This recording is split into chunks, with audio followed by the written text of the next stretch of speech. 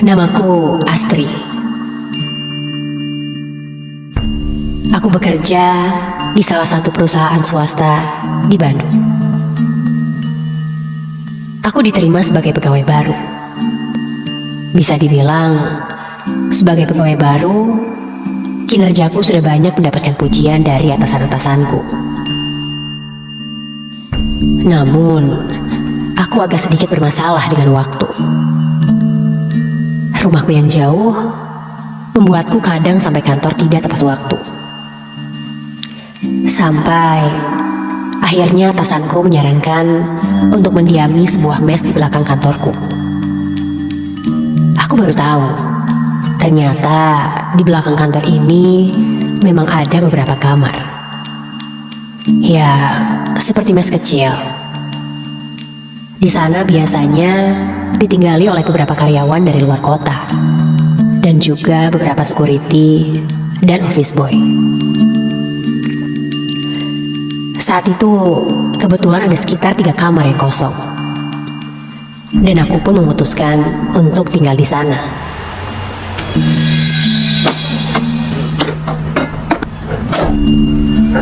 Di sana aku tinggal bersama 6 orang. Ada 3 karyawan lainnya yang sama denganku, OB, security, dan Bang Sony yang paling tua di sana. Sebelum tinggal di sana, aku sudah dekat dengan mereka. Jadi bukanlah masalah untukku. Aku mendapat kamar yang cukup luas dengan kamar mandi di dalam.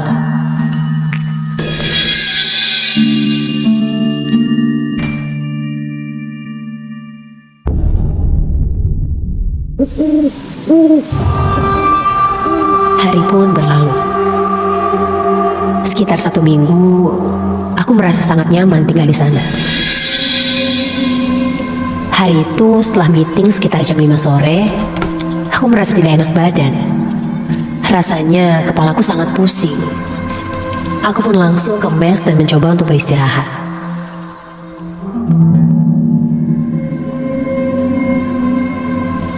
Setelah meminum obat sakit kepala, aku pun langsung terlelap. Hingga entah jam berapa itu, aku tiba-tiba terbangun.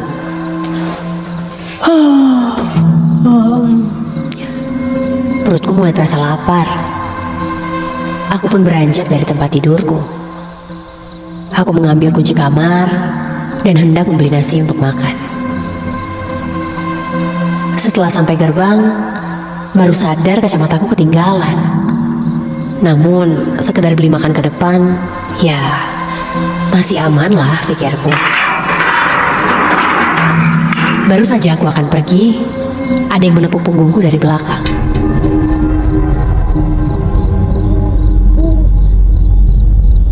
Tri, mau kemana? Ikut ya. Oh, yuk. Salah satu temanku ikut denganku. Aku lupa lagi namanya. Namun, seingatku itu Maria. Karena tak memakai kacamata, jadinya aku tidak begitu jelas melihatnya. Aku pun berjalan keluar gerbang dengannya. Di perjalanan, aku tidak terlalu banyak ngobrol dengannya. Sampai tiba-tiba Maria menepuk pundakku dan bilang dia duluan katanya. Aku pun lanjut membeli makan.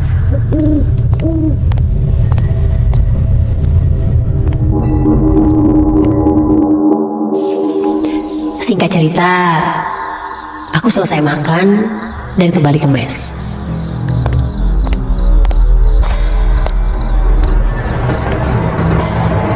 Begitu sampai, Bang Sony pun langsung membukakan pintu.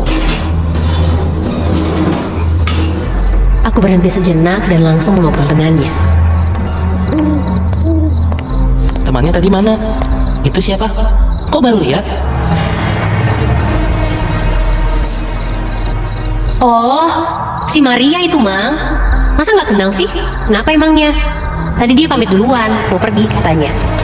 Hah? Maria? Ah, suka ngarang. Si Maria mah kan lagi pulang ke rumahnya, udah 3 hari nggak pulang. Aku mengerutkan dahi tidak percaya. Ah, Mang Sony mah nggak lucu kayak gitu nakut-nakutin. Ya udah deh, aku ngantuk nih. Lanjut ke kamar ya, Mang. Ucapku sambil berjalan masuk ke dalam kamar. Aku pun kembali ke kamarku.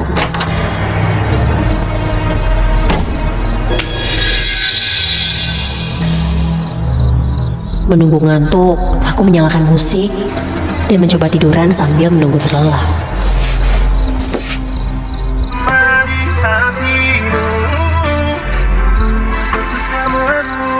Dan tiba-tiba ada yang mengetuk pintu kamarku.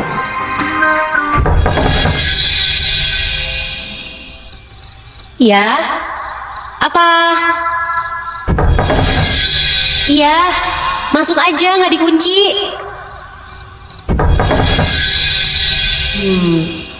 Duh, siapa sih? Ketukan itu berhenti. Namun, tidak ada yang masuk. Aku pun beranjak ke arah pintu.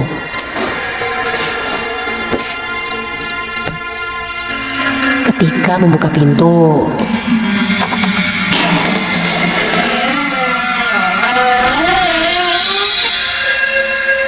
berdiri di depanku seorang perempuan. Karena samar, aku pun tidak bisa melihat dengan jelas itu siapa. Dari perawakannya sih, Maria. Kenapa Mar? Masuk. Tuh kan bener kamu udah pulang. Masa kata Bang Sony ya, kamu tuh belum pulang 3 hari.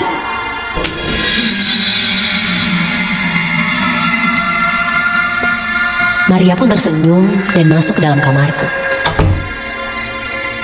Lalu ia duduk di atas tempat tidurku. Aku pun duduk di sebelahnya. Sambil mengambil kacamata dan menggunakannya, dan aku pun berbalik ke arah Maria. Dan Astaga! Siapa itu? ketika aku lihat jelas dengan kacamataku, yang duduk di sebelahku sekarang bukanlah Maria temanku, namun seorang wanita lain. Seorang wanita memakai baju hitam-hitam dengan rambut hitam panjang, dagunya panjang dengan mulut menganga, warna hitam dan mata yang mencekung ke dalam berwarna hitam. Aku langsung terperanjat kaget. Badanku kaku. Aku mencoba untuk menggerakkan badanku, tapi aku tidak bisa. Aku pun berdoa sebisaku sambil menatap sosok wanita itu. Perlahan, sosok wanita itu mulai membuka mulutnya, dan ia seperti ingin berbicara denganku. Namun, aku yang saat itu tidak bisa berkata apa-apa, hanya terdiam. Sampai tak lama, sosok itu pun tertawa cekikikan.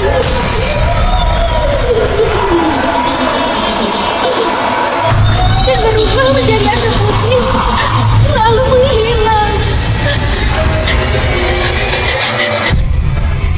Dan saat itu, badanku bisa digerakkan kembali.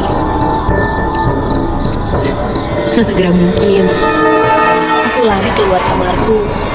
Namun, kakiku terasa sangat lemas. Sampai akhirnya, aku tiba di pos dan bertemu dengan Mang Sony. Aku pun mulai bercerita dengan terbata-bata kepada Mang Sony tentang apa yang kulihat tadi. Ia hanya melihatku dan memberikanku air putih agar aku lebih tenang. Dan ternyata di bus itu hanya ada aku saja. Maria dan temanku yang lain sedang tidak ada.